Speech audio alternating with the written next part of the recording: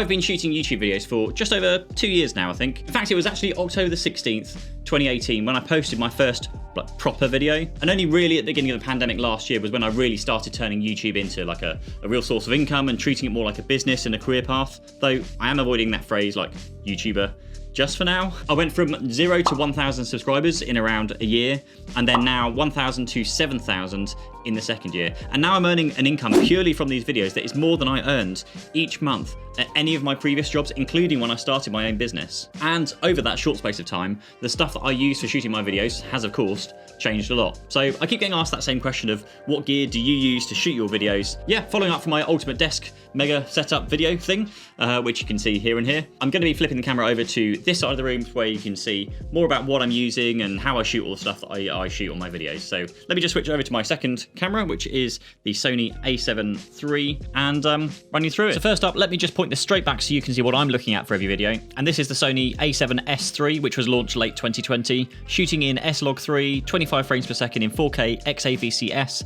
at 10-bit, 422 color. And if that doesn't mean anything to you, then don't worry, that's about as technical as this is going to get. On the camera, I'm using the Sony 24mm f1.4 G Master lens, which is incredibly sharp, though I am shooting at around f2 or maybe f2.8, unless I'm doing product reviews where I really want that f1.4 bokeh. It's sat on a Manfrotto tripod with a Manfrotto head, but to be honest, I had no clue what I was buying when I picked these up, and I just went with whatever the camera shop was trying to sell me that day.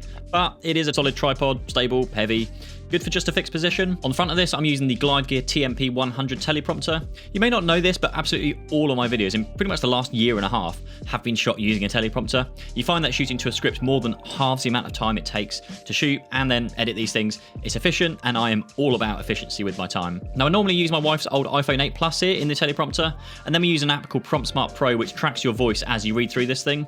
But what I also have here is a small 8-inch screen. I can't remember the make and model, but I'll make sure it's linked underneath this video.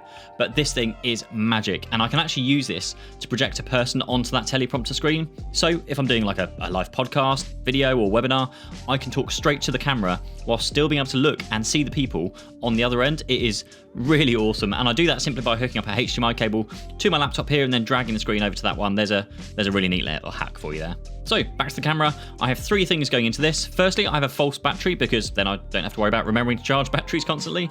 Then I have my mic input, which is the Rode VideoMic NTG, which I've rigged onto my top-down camera rig, which I'll get onto in a moment. But then lastly, I have the HDMI output from this camera going onto this Ninja 5 monitor. I used to record directly onto this thing by slotting an SSD in the back, but since getting the new Sony A7S III, I'm finding that I'm getting much better results and file sizes from recording just directly to an SD card. That makes this almost redundant. And I say almost, as one of the nice features on the Ninja 5 is that you get a ton of options to make sure shots are exposed properly, but you can also apply a LUT, which makes my footage look just so much nicer when used for live streaming. And so I apply the LUT to the Ninja 5, and then I come out of the Ninja 5 into this other box, which is the ATEM Mini Pro. And this thing is basically a 4-way HDMI switcher with some audio inputs, and this thing allows me to live stream without having to go through a Mac or a PC. I can just hit one button here and it will stream directly to YouTube. But as this is also a 4-way switch, it also lets me keep an eye on all the other camera inputs and audio levels that I've got going on. So out of this box, I go to this 27-inch Dell screen, which sits up on the shelf here and gives me a way to monitor myself easily while shooting videos, checking focus and so forth. That is the camera gear mostly dealt with. In terms of lighting, I have a single SL60 Godox light, which is behind this Aputure light dome softbox. I do also have another SL60 and the Aputure lantern, but 99% of the time I'm using this one right here. And then finally, over to that overhead camera rig, I'm using this boom stand, which again, can't remember what it is, but I'll link it in the description below. And this thing is solid because you can have counterweights, and I've just filled these up with sand so it doesn't tip over, because on the end of this extended arm I've got a cage mounted, which normally holds the camera I'm holding right now, the Sony A7 III, and the 16-35mm f4 lens, which is perfect for getting that top-down footage. Also attached to the cage is a magic arm, I think they're called, which I then hang the Rode VideoMic NTG from, and that just then has a long extension cable that wires it into the camera. All of this is shot over or above the ErgoDesk Autonomy Pro electric desk, which makes it incredibly easy to stand up if I need to, and I actually did a full review of that desk, which I'll link above and below like always. And then that brings us to the edit, which is done one of 2 ways right now, because I recently did hire a video editor to help me get through the amount of content I'm producing at the moment. So I'll load all of the SD footage onto my Mac, and then either upload this to Google Drive, where my editor will download the footage, or I'll load it straight into Final Cut Pro. Then I'll just spend the next couple of hours or so putting the edit together, which involves cutting it, color grading, titles, most of which I've now templated, so it's an easy drag and drop to get things ready to upload. Lastly, then I'll upload my footage to YouTube, spend some time on the SEO for like the title, description, and tags. Create 2 thumbnails, which I'll then use a tool called TubeBuddy to split test continually to make sure my video is getting the best chance of getting seen.